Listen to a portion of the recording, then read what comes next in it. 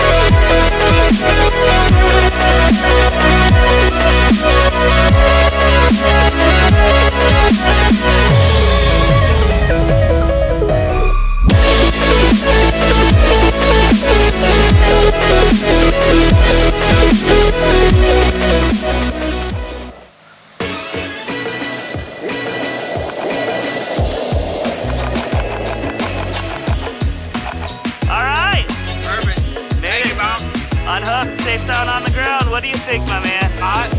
I'll do it again. Awesome, I love to hear it. Let me get a picture of you and Christian. This guy just saved your life. I think it's with photo. 1, 2, 3. Awesome job, man. Thanks to Skydive DeLand.